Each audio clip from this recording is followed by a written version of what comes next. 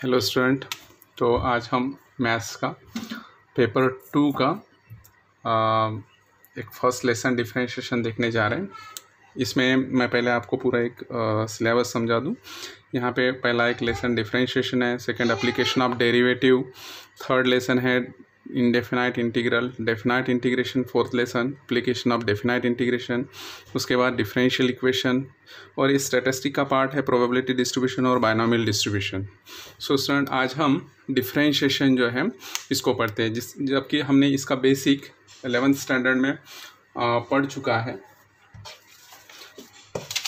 सो देखिए स्टूडेंट, पहले हम यहाँ पे इसकी कुछ बेसिक डेफिनेशन जो थी वो डेफिनेशन हम देखते हैं जो 11th स्टैंडर्ड में देखी थी, और बाय फर्स्ट प्रिंसिपल हमने कुछ एग्जांपल भी सॉल्व किए थे, तो उसको सिर्फ हम कुछ रिकॉल कर देते हैं। तो सबसे पहले जब हम कोई एक फंक्शन लेते हैं जैसे y is equal to fx, okay, तो अगर हम इसका डिफरेंशिएशन लेते हैं विथ रिस्पेक्ट टू x, तो हम इसको ऐसे डिनोट करते हैं dy/dx is equal to f'(x), और इसका बाय फर्स्ट प्रिंसिपल हमने डेफिनेशन देखा था कि f'(x) मतलब इसका derivative f'(x) is equal to limit h tends to 0 f(x + h - f(x) divided by h। तो ये जो डेफिनेशन थी वो डेफिनेशन थी for any point x, okay. But अगर हम इसी डेफिनेशन को at x is equal to a लिखते हैं तो ये डेफिनेशन ऐसी हो जाएगी f' is equal to limit h tends to 0 f(a + h - fa) divided by h, okay sir. तो ये एक बेसिक डेफिनेशन थी। उसके बाद हमने एक नोटेशन देखा था डेरिवेटिव का, जिसको हमने ऐसे लिखा था। अगर समझ लीजिए कि y is a differentiable function of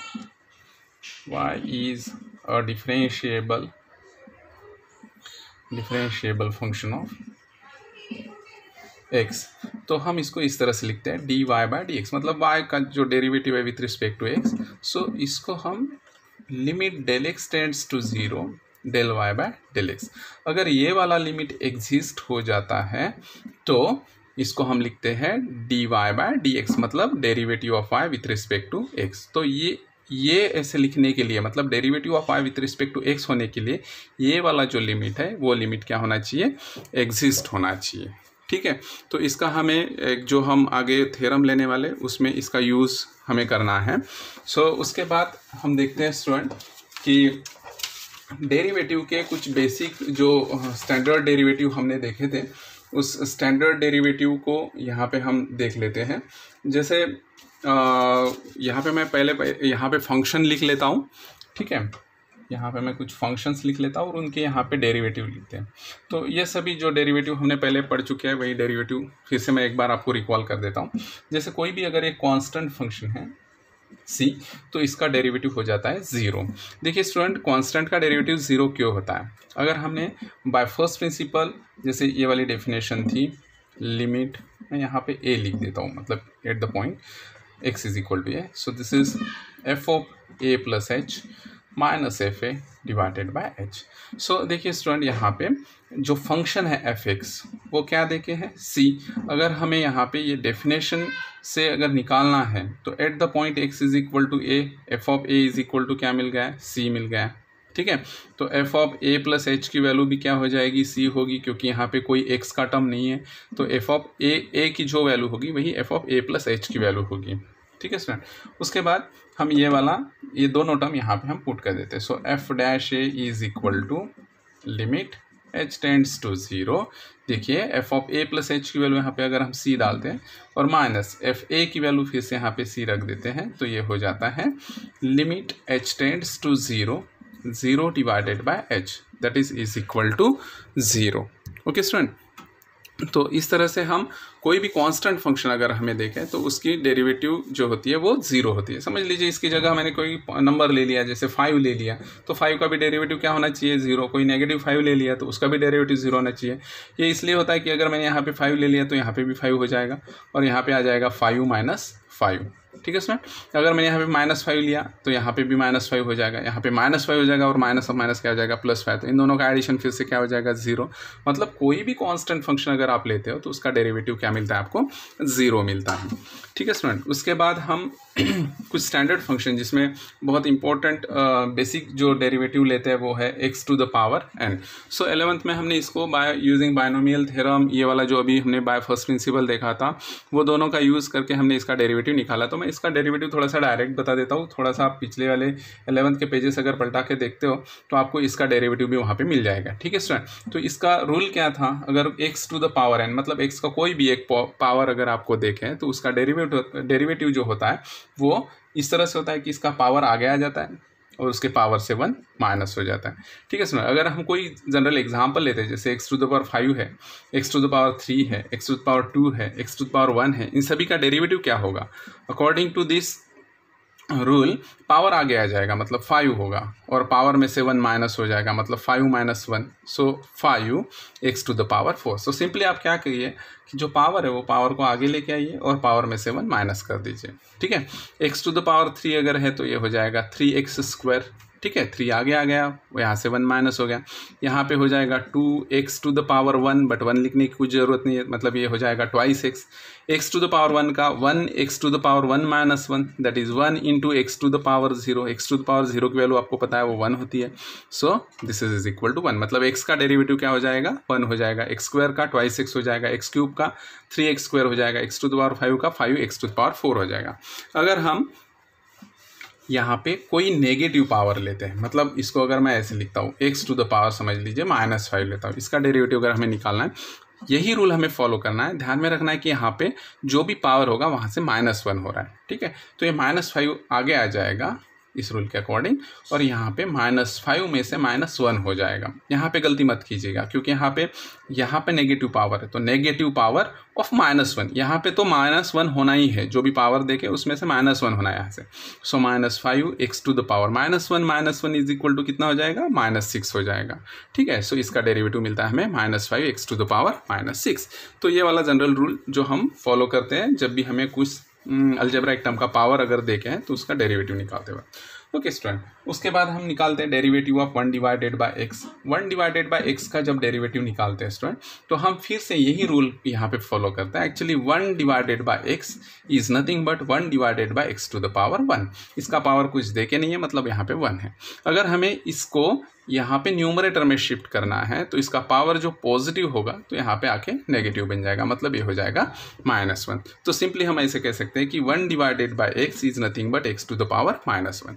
जब हमें इसका डेरिवेटिव निकालना है 1 बाय x का, तो हम किसका डेरिवेटिव निकालेंगे, x टू द पावर -1 का, जो इस रूल में फिट होता है। ठीक है स्टूडेंट, तो अब हम लेते हैं 1 बाय x का डेरिवेटिव।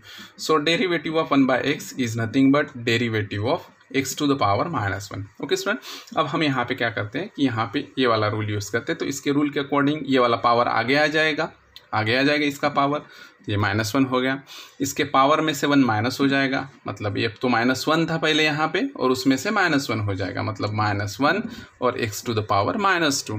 अब देखिए इसका पावर नेगेटिव है, हमें लिखते वक्त इसका पावर पॉजिटिव लिखना है, इसलिए हम इसको डिनोमिनेटर में फिर से शिफ्ट कर देते हैं। ये सभी इंडाइसिस के रूल है स्टूडेंट्स, तो इसको हम अगर डिनोमिनेटर में शिफ्ट कर देते हैं तो नेगेटिव बिकम्स पॉजिटिव हो जाता है। तो देखिए 1 बाय x का जो डेरिवेटिव हमें मिला है वो क्या मिला है, -1 डिवाइडेड बाय x स्क्वायर। सो ये हो जाएगा -1 डिवाइडेड बाय x स्क्वायर। ठीक है स्टूडेंट, तो इस तरह से हम कोई भी अगर टर्म देखें तो उसका डेरिवेटिव निकाल सकते हैं। अब मैं क्या करता हूँ, इसी को एक यहाँ पे इस तरह से लिखता हूँ। इसका अगर हमें डेरिवेटिव निकालना है तो इसका जिसे हमने डेरिवेटिव निकाला उसी तरह से हमें इसका भी डेरिवेटिव निकालना है। तो 1 divided by x to the power n, इसका डेरिवेटिव निकालने के लिए हमें इसको फिर से न्यूमरेटर में शिफ्ट करना होगा, मतलब ये हो जाएगा x to the power -n। ठीक है, अभी फिर से ये रूल अगर हम यहाँ पे फॉलो करते हैं तो यहाँ पे हो जाएगा power x to the power में से 1 माइनस, सो ये हो जाएगा -n x to the power minus, अगर हम कॉमन ले लेते हैं तो ये हो जाएगा n+1। सो यहाँ से और यहाँ से माइनस मैंने कॉमन ले लिया तो ये दोनों पॉजिटिव हो जाएंगे। बट x का पावर अगर कोई नेगेटिव होता है तो उसको हमें अगर पॉजिटिव करना है तो उसको डिनोमिनेटर में शिफ्ट करना होगा, मतलब ये हो जाएगा x to the power n+1। Negative है ना, तो ये यहाँ पे आके पॉजिटिव बन जाएगा ये। ठीक है, तो इसका जो डेरिवेटिव हमें यहाँ पे मिला है वो क्या मिला है, minus n divided by x to the power n+1। देखिए इसके लिए अगर हमें याद रखना है कि इस तरह के कोई फंक्शंस है और उसका अगर हमें डेरिवेटिव निकालना है तो हम डेरिवेटिव कैसे निकालते हैं। तो जैसे 1 divided by x to the power 3 है या तो 1 divided by x to the power 4 है, इन सभी का डेरिवेटिव हम कैसे निकालेंगे।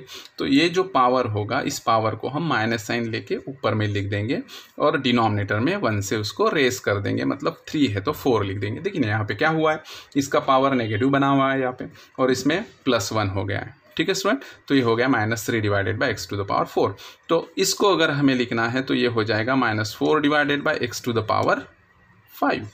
ओके स्टूडेंट, तो सिर्फ यहाँ पे इसका पावर नेगेटिव करके लिखना है और यहाँ पे 1 से रेस कर देना है अगर वो डिनोमिनेटर में आता है तो।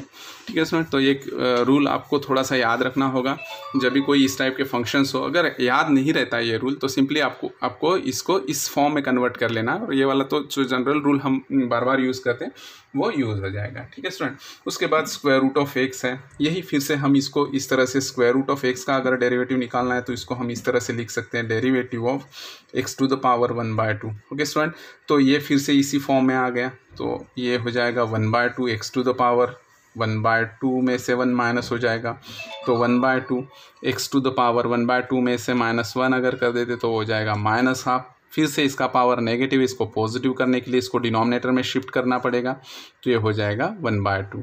सो इसको हम लिख सकते हैं 1 डिवाइडेड बाय 2 टाइम्स x का पावर अगर हाफ होता है तो उसको हम क्या लिख सकते हैं, स्क्वायर रूट ऑफ x लिख सकते हैं। तो यहाँ पे हम स्क्वायर रूट ऑफ x लिखेंगे तो स्क्वायर रूट ऑफ x का जो डेरिवेटिव होगा वो क्या हो जाएगा, 1 divided by 2 times square root of x। Okay student, so इस तरह से हमने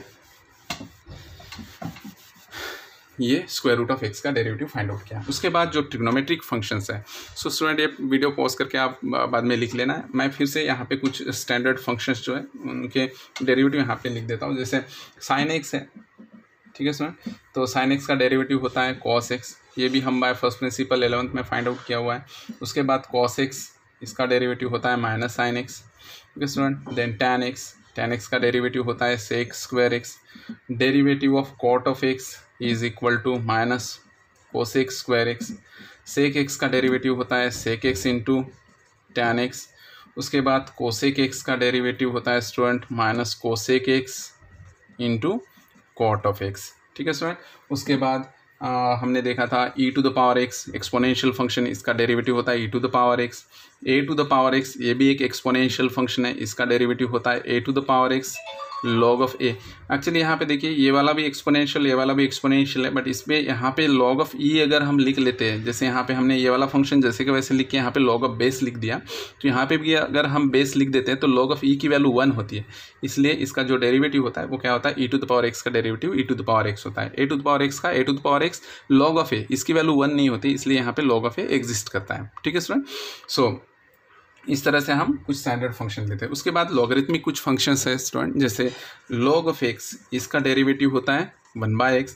अगर log ऑफ x इसका बेस अगर अदर देन e आता है तो इसका डेरिवेटिव हो जाता है this is 1 divided by x into log of a। So student यहाँ पे हम चेंज ऑफ बेस का फार्मूला अगर लगा के इसको फाइंड आउट करते हैं तो हमें ये वाला डेरिवेटिव मिल जाता है। देखिए कैसे मिलता है ये डेरिवेटिव, हम फाइंड आउट करके देखते हैं। जैसे log of x to the base a देखे हैं तो हम इसको ऐसे लिखेंगे log of x divided by log of a। ये तो चेंज ऑफ बेस का फार्मूला था। ठीक है स्टूडेंट, अब यहाँ पे 1 divided by log of a constant है। डेरिवेटिव का एक रूल ऐसा है स्टूडेंट कि अगर कोई एक फंक्शन के साथ अगर कांस्टेंट आ जाता है तो ये कांस्टेंट डेरिवेटिव के बाहर होता है और डेरिवेटिव सिर्फ फंक्शन का होता है, मतलब फंक्शन का डेरिवेटिव लेना होता है हमें। तो कांस्टेंट जो भी इसके साथ मल्टीपल आएगा वो डेरिवेटिव के बाहर होगा। तो अभी हमें इसका अगर डेरिवेटिव फाइंड आउट करना है तो 1 divided by log of a constant term है और फंक्शन कौन सा है, सिर्फ यहाँ पे log ऑफ x है। सो हम यहाँ पे इसका डेरिवेटिव लेते वक्त log of x to the base a का डेरिवेटिव लेते वक्त हम 1 divided by log of a को बाहर ले लेंगे क्योंकि ये कांस्टेंट है और डेरिवेटिव हो जाएगा सिर्फ किसका, log ऑफ x का। ओके स्टूडेंट, तो log ऑफ x का डेरिवेटिव क्या होता है, वो होता है 1 डिवाइडेड बाय एक्स। तो इसको हम कंबाइन करके रिराइट कर देंगे x log of a. So 1 divided by x log of a, ये इसका डेरिवेटिव होता है। सो ध्यान में रखिए स्टूडेंट, यहाँ पे कोई कन्फ्यूज होने की कुछ ज़रूरत नहीं है। अगर बेस अदर दैन ई दे के है तो यहाँ पे सिंपली आपको, जैसे यहाँ पे अगर कुछ लॉग ऑफ 5 है तो यहाँ पे आपको लिखना पड़ेगा log of 5। Okay student, so इस तरह से हमने कुछ स्टैंडर्ड डेरिवेटिव जो 11th स्टैंडर्ड में पढ़े थे वही यहाँ पे मैंने इसे आपको रिवाइज कर दिया। अब यहाँ पे हम एक कंपोजिट फंक्शन का एक टॉपिक लेते हैं स्टूडेंट। तो कंपोजिट फंक्शन क्या होता है ये पहले आप समझ लीजिए। कंपोजिट फंक्शन क्या होता है, जैसे स्टूडेंट मैं एक बहुत जनरल एग्जांपल आपके सामने रखता हूँ। जैसे मैंने यहाँ पे समझ लीजिए हीट लिया, ये बार बार मैंने एग्जांपल 11th में आपको दिया था।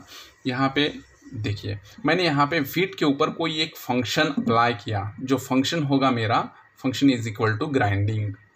ठीक है स्टूडेंट, अगर हीट को हम ग्राइंड करते हैं तो यहाँ पे हमें फ्लोर मिलता है ना। गेहूं को अगर हम उसको ग्राइंड करते तो हमें क्या मिल जाता है, आटा मिलता है, फ्लोर मिलता है। ठीक है, अब मैं एक दूसरा फंक्शन यहाँ पे अप्लाई करने जा रहा हूँ, जो फंक्शन होगा एडिंग ऑफ वाटर।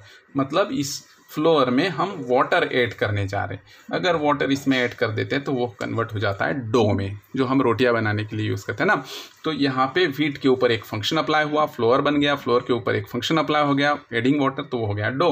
मतलब व्हीट के ऊपर अगर मैं ये वाला फंक्शन डायरेक्टली अगर यहाँ पे मैं दिखाना चाहूँ तो ये हो जाएगा student g of f of x। मतलब पहले इस x के ऊपर यहाँ पे जो भी x होगा उसके ऊपर कौन सा फंक्शन अप्लाई हुआ है, फंक्शन अप्लाई हुआ है f। ठीक है, और उसके बाद कौन सा फंक्शन अप्लाई हुआ है g। तो इसको हम बोलते हैं कंपोजिट फंक्शन, और इसको रीड करते वक्त हम इसको रीड करेंगे GOF ऑफ x। ठीक है स्टूडेंट, तो ये होता है कंपोजिट फंक्शन। तो अगर हमें इसके कुछ एग्जांपल लेने हैं तो मैं इस तरह से आपको एग्जांपल दे सकता हूँ। देखिए जैसे e to the power x एक सिंपल फंक्शन था, sin x सिंपल फंक्शन था, cos x सिंपल फंक्शन था, log ऑफ x एक सिंपल फंक्शन था। बट इसी फंक्शन को अगर इस तरह से लिखा जाए, e to the power x के जगह अगर कोई दूसरा फंक्शन आ जाए, sin x आ जाए, तो इसको हम सिंपल फंक्शन नहीं बोलेंगे, ये हो जाता है कंपोजिट फंक्शन। ठीक है, जैसे sin ऑफ x है, sin ऑफ x की जगह मैं sin ऑफ x स्क्वायर भी लिख दूँ तो यहाँ पे ये फंक्शन सिंपल फंक्शन नहीं होगा। क्यों नहीं होगा, देखिए ये वाला जो था इसके लिए इस तरह से होगा। यहाँ पे x है, सिर्फ यहाँ पे मैंने एक एक्सपोनेंशियल का फंक्शन अप्लाई कर दिया तो यहाँ पे e to the power x हो गया। मतलब एक ही फंक्शन यहाँ पे अप्लाई हुआ है, इसलिए इसको हम सिंपल फंक्शन बोलेंगे या तो सिंगल फंक्शन बोलेंगे। अब यहाँ पे अगर हमें यूज़ करना है तो इनमें और इन दोनों में क्या फ़र्क, देखिए कि बेसिक फंक्शन मैंने यहाँ पे x ले लिया, इसके ऊपर x मैंने ले लिया, इसके ऊपर मैंने एक फंक्शन अप्लाई किया। पहले कौन सा फंक्शन अप्लाई करता हूँ, यहाँ पे मैं साइन का फंक्शन अप्लाई करता हूँ, तो यहाँ पे मिल जाएगा मुझे साइन x। ठीक है, इसके ऊपर और एक मैं फंक्शन अप्लाई करता हूँ, जो फंक्शन कौन सा होगा, एक्सपोनेंशियल फंक्शन होगा। ठीक है स्टूडेंट, तो एक्सपोनेंशियल इसके ऊपर अगर अप्लाई हो जाता है तो ये बन जाता है e to the power sine of x। ठीक है स्टूडेंट, तो x के ऊपर पहले साइन फंक्शन अप्लाई हुआ, साइन x मिला, साइन x के ऊपर एक्सपोनेंशियल अप्लाई हुआ तो एक्सपोनेंशियल ऑफ साइन x मिला। तो ये बिल्कुल उसके साथ रिसेंबल करता है जो मैंने अभी एक जनरल एग्जांपल दिया था, व्हीट के ऊपर पहले ग्राइंडिंग, तो यहाँ पे ग्राइंडिंग होने के बाद हमें मिला यहाँ पे फ्लोर के ऊपर फिर से हमने एडिंग ऑफ वाटर कर दिया, मतलब सेकंड फंक्शन अप्लाई कर दिया। ठीक है, तो यहाँ पे हमें क्या मिल गया, डो मिल गया। तो बिल्कुल सेम इसी तरह एक कुछ सिंपल के ऊपर अगर हम फंक्शन अप्लाई करते तो ये पहला फंक्शन मिलता है, उसके ऊपर और एक फंक्शन, मतलब फंक्शन के ऊपर फंक्शन अप्लाई करना, this is called as the composite function. ठीक है, कभी कभी कंपोजिशन ज़्यादा भी फंक्शन के हो सकते हैं। सो यहाँ पे जैसे मैं एक एग्जांपल देता हूँ, जैसे यहाँ पे अगर मैं ऐसे लिखता हूँ sine of log of e to the power x। देखिए पहले x के ऊपर एक्सपोनेंशियल अप्लाई हुआ, उसके बाद लॉगरिथमिक अप्लाई हुआ, उसके बाद साइन अप्लाई हुआ, मतलब यहाँ पे x था, यहाँ पे पहले एक्सपोनेंशियल अप्लाई हुआ तो ये e to the power x बन गया। इसके ऊपर फिर से लॉगरिथमिक फंक्शन अप्लाई हुआ तो ये हो गया log of e to the power x। उसके बाद उसके ऊपर साइन का फंक्शन अप्लाई हो गया तो ये बन गया sine of log of e to the power x। Okay student, तो यहाँ पे कंपोजिशन ऐसा भी आ सकता है। तो अभी मैं कुछ कंपोजिट फंक्शन के डेरिवेटिव जो है वो स्टैंडर्ड फॉर्म में आपको देता हूँ। उसके बाद मैं एक थ्योरम लेता हूँ, जो थ्योरम अगले वीडियो में मैं डालूँगा। तो यहाँ पे पहले कुछ फंक्शंस हैं यहाँ पे, ठीक है स्टूडेंट, और उसका अगर हमें कंपोजिशन मिल गया तो फंक्शंस हैं यहाँ पे, और उसका कंपोजिशन अगर है तो GOF(x), सॉरी मैं यहाँ पे ऐसे लिख देता हूँ GOF(x), और इसका डेरिवेटिव अगर हम निकालते हैं तो डेरिवेटिव आपको मिल जाता है G' F x F dash x, तो ये वाला हमें बाय यूजिंग चेन रूल हमें इस तरह से मिल जाएगा। जो भी कोई एक फंक्शन होगा पहले उसका डेरिवेटिव होगा और उसके बाद इस फंक्शन का डेरिवेटिव होगा। तो यहाँ पे जैसे हमने इसके पहले लिया था e to the power x का derivative e to the power x था, लॉग एक्स का डेरिवेटिव था 1/x। तो ये पहले बेसिक जो डेरिवेटिव होंगे वो यहाँ पे हम अप्लाई करेंगे और उसके बाद उसके ऊपर कंपोजिट वाले जो टर्म्स है वो यूज़ करेंगे। जैसे मैं यहाँ पे लिखता हूँ e to the power sine x है, तो आपको पता है कि ई का पावर अगर फंक्शन है तो उसका डेरिवेटिव हो जाएगा e to the power function, but हमें फिर से उस फंक्शन का डेरिवेटिव निकालना होगा। तो इसका डेरिवेटिव हो जाएगा e to the power sine x into derivative of sine x. मैं पहले ना इसको सिंपल फॉर्म में लिख देता हूँ, मतलब स्टैंडर्ड फॉर्म में, तो आपको समझ में आ जाएगा। जैसे ई टू द पावर कोई भी फंक्शन ई के पावर में दे के है अदर दैन एक्स, तो उसको हम कंपोजिट फंक्शन ही बोलेंगे, ठीक है।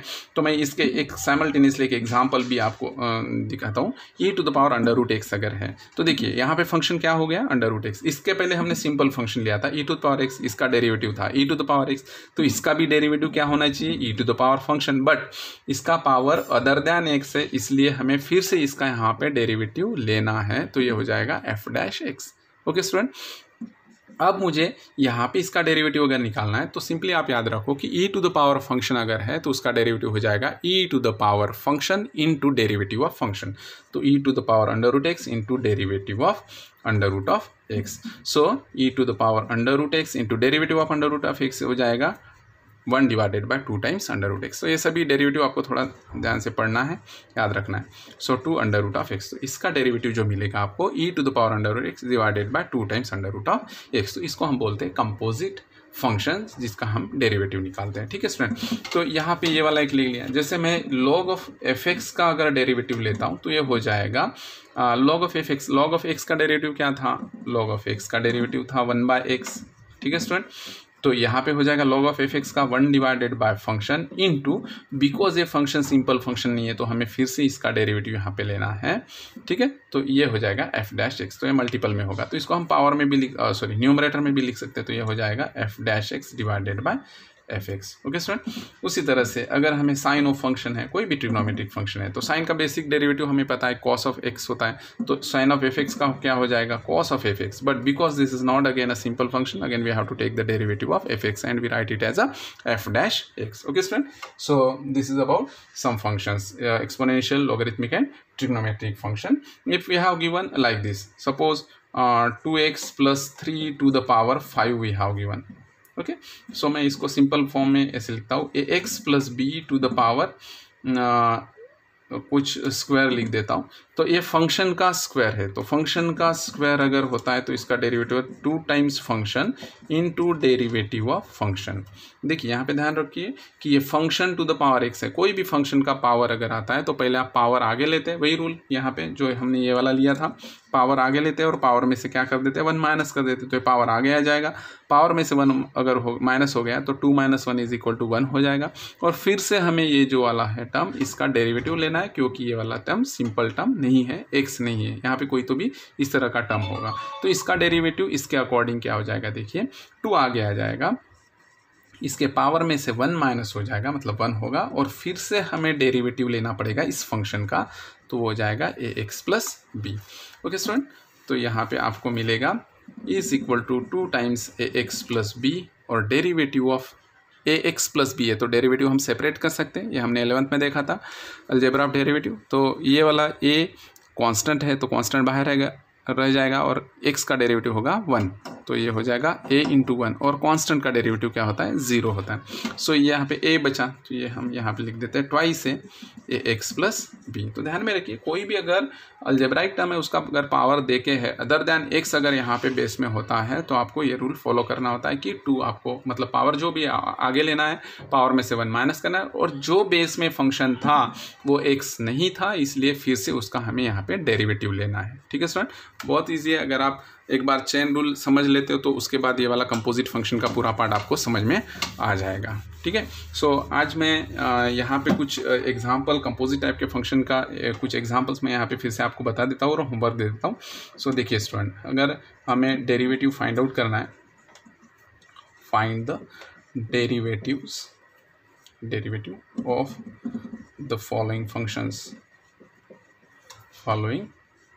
फंक्शंस। ओके, सो नंबर 1, अगर हमें कोई इस तरह का फंक्शन अगर दे के है sine of under root of x, हमें इसका डेरिवेटिव निकालना है स्टूडेंट। तो हम क्या करते हैं पहले कि y is equal to sine of under root of x ले लेते हैं। ठीक है, अब हम यहाँ पे क्या करते हैं, इसको डिफ्रेंशिएट करते हैं with respect to x. So differentiate with respect to x, ये हो जाएगा dy by d x is equal to, यहाँ पे हो जाएगा derivative of sine of square root of x. So is equal to sine of square root of x का derivative क्या होता है। तो पहले तो हम साइन का डेरिवेटिव लेते हैं। साइन का डेरिवेटिव क्या हो जाएगा, कॉस, तो यहाँ पे cos of under root x हो गया। बट यहाँ पे ये वाला जो फंक्शन था, अगर एक्स होता तो हम साइन एक्स का डेरिवेटिव कॉस एक्स लिखते थे। ठीक है, बट यहाँ पे एक्स के जगह अंडर रूट एक्स आया है, इसलिए हमें फिर से डेरिवेटिव किसका लेना होगा, अंडर रूट एक्स का डेरिवेटिव लेना होगा। So cos of under root of x का डेरिवेटिव हो जाएगा 2 times under root x. So हम इसको लिख सकते हैं cos of under root of x divided by 2 times under root of x. So इसका डेरिवेटिव हमें इस तरह से मिल जाता है। तो cos of under root x divided by 2 times under root x.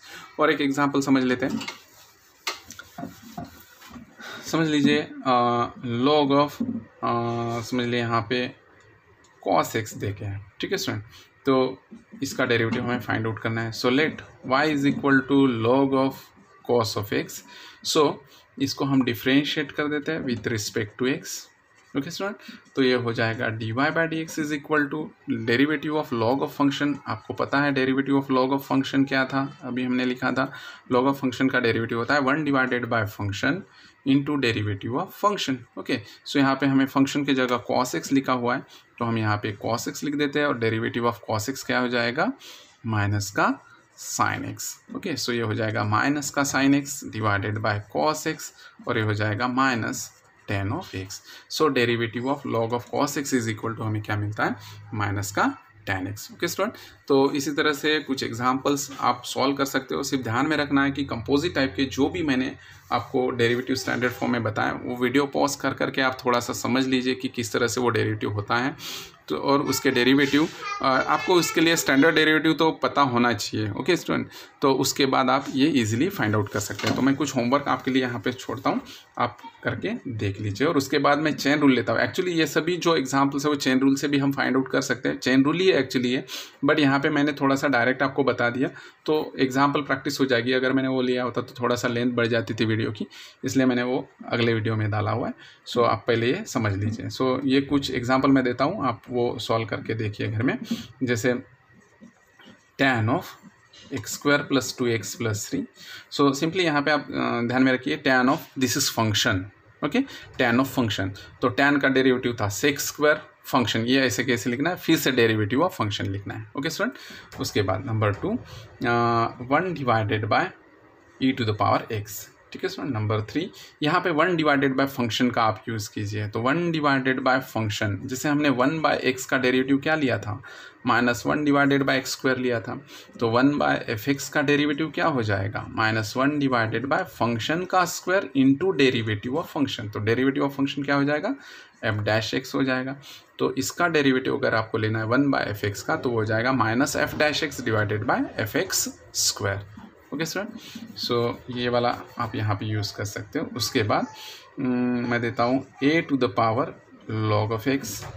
Number 4 5 multiplied by cos of log x। Okay, और number 5 3 times x to the power x to the power not I am writing here 2x plus 3 to the power 5. Okay student, you try it at home and after solving you send me all the solutions on WhatsApp. Okay student, thank you। आज के लिए यहीं पे हम stop करते हैं।